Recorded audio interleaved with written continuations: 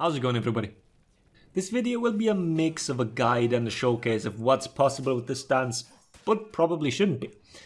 They've also just announced a patch on Thursday, and this video will most likely come out later than that, so I don't know what got fixed or if anything got fixed. You all know that there are quite a few things wrong with Kyoshin, so I'm going to limit it to Kaze's stance in this video. His feats are linked to the superior block portion, so I will include a few facts about that. And I don't know how many of you have gotten tired of the hero already, or maybe you didn't want the new samurai, maybe you were waiting for a Viking instead. A Viking, you say? Well, isn't that a nice coincidence? Viking Jewelry was once again kind enough to sponsor another video.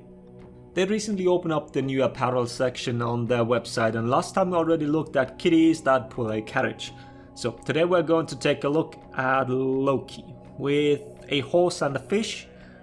Is he taking a bath? Well, he's kinda naked, so who wouldn't want to have that as a motive?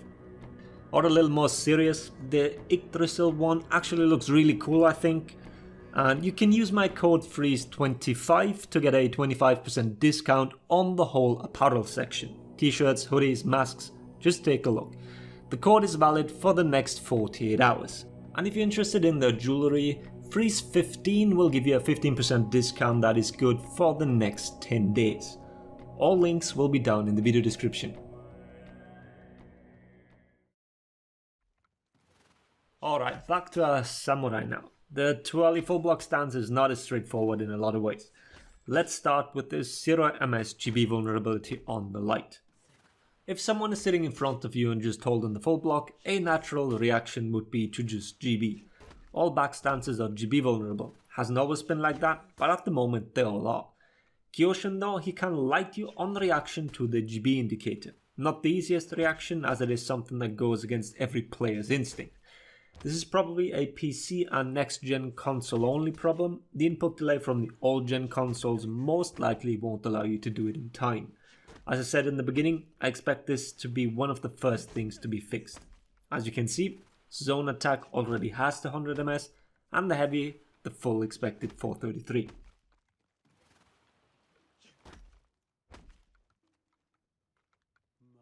Then let's move on to the feat portion of the video. The first point is not something weird, but simply a clarification in case someone didn't know this. If you haven't selected the passive tier 1 and tier 2, and you activate the tier 3, then you get both effects from the passives. So you can opt for other feats in the first 2 slots, and still have the benefits because of the tier 3. The tier 3 also resets as expected when you superior block something during its duration. Another rather peculiar interaction is with the tier 2 feat. To be more precise, the tier 2 feat and the ram in breach. When the tier 2 is active, you can life leech off the ram. I doubt that I'm damaging it, but the healing effect of the tier 2 is definitely working.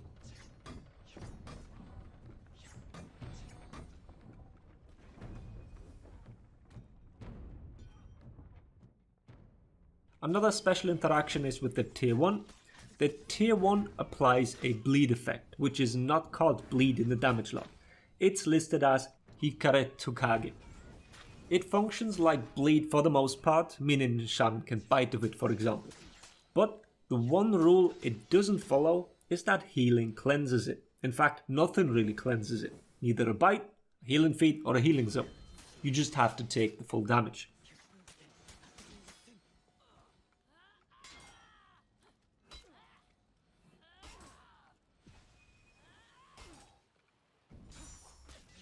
Then we're moving to the Fujin cuts. They currently have GB vulnerability. If we consider them a pin, then that is normal behavior.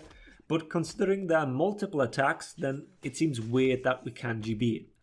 We don't even need to wait or anticipate whether it'll be chained into Fujin force. You can just grab the cuts. Fast attacks having 100 ms vulnerability and the chain links being vulnerable too makes this for a bad move when you have multiple people around. And considering even if I Fujin force, the other person can just try and grab that recovery then. Then the next one is a visual thing. When you do Fujin cuts yourself, you can see these fancy cut effects in the air. But if an opponent does them to you, or if a teammate does them, you will not see them. It seems like the location of the effect has not been properly linked to the move itself. In the Viking Pit duel map or in training, you can see them appear in the middle of the arena. The effect's location is probably at the 0 value on all axes, so depending on where that is on each map, that's where they will appear. This can mean somewhere under the map or high up in the sky. Feel free to go explore. Credit for finding this one here goes to Spaniard.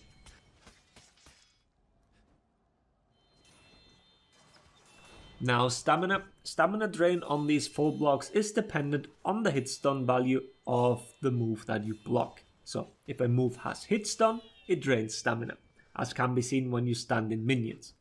What shouldn't be a thing though is that unblockables that go through the block still drain your stamina. If you hadn't full blocked, no stamina penalty. This is very much visible when you get hit by big heavy hit stun moves.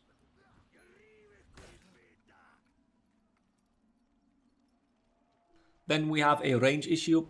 The Bushi can avoid Kaze Stan's light riposts depending on what attack she threw. Neutral lights as well as Cobra strikes, regardless of side, will leave her out of range for the light. Zone and heavy will track. Other instances where these riposts can be avoided or even parried are currently being tested by Marco. He's making a video on all of them. I'll drop a link to it in the video description once it comes out.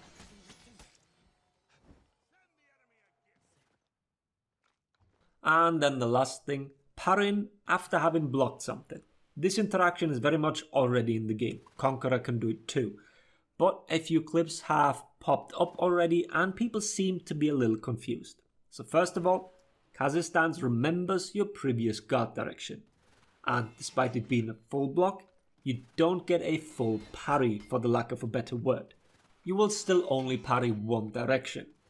As an example, you can parry multi-hit zones after having blocked the first or however many previous hits. You can change your guard after the superior block as well, meaning you're not required to have your guard set in the direction before entering Kaze Stans.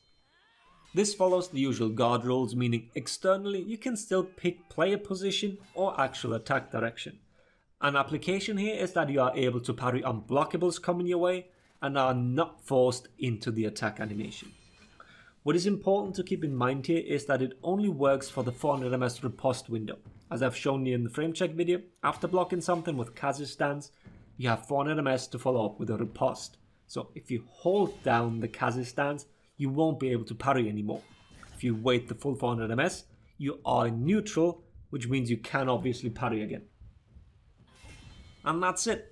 I'm in no way claiming that this is a full list of all the junk that came with this full block move, but it's a start and I hope it helps explain a few interactions that you might have had when playing with or against Killship. Thanks to everyone who shared their findings. A lot of this has been documented before already, but it never hurts to have it in one place. So yeah, hope the video was helpful. Thanks for watching. Laters everybody.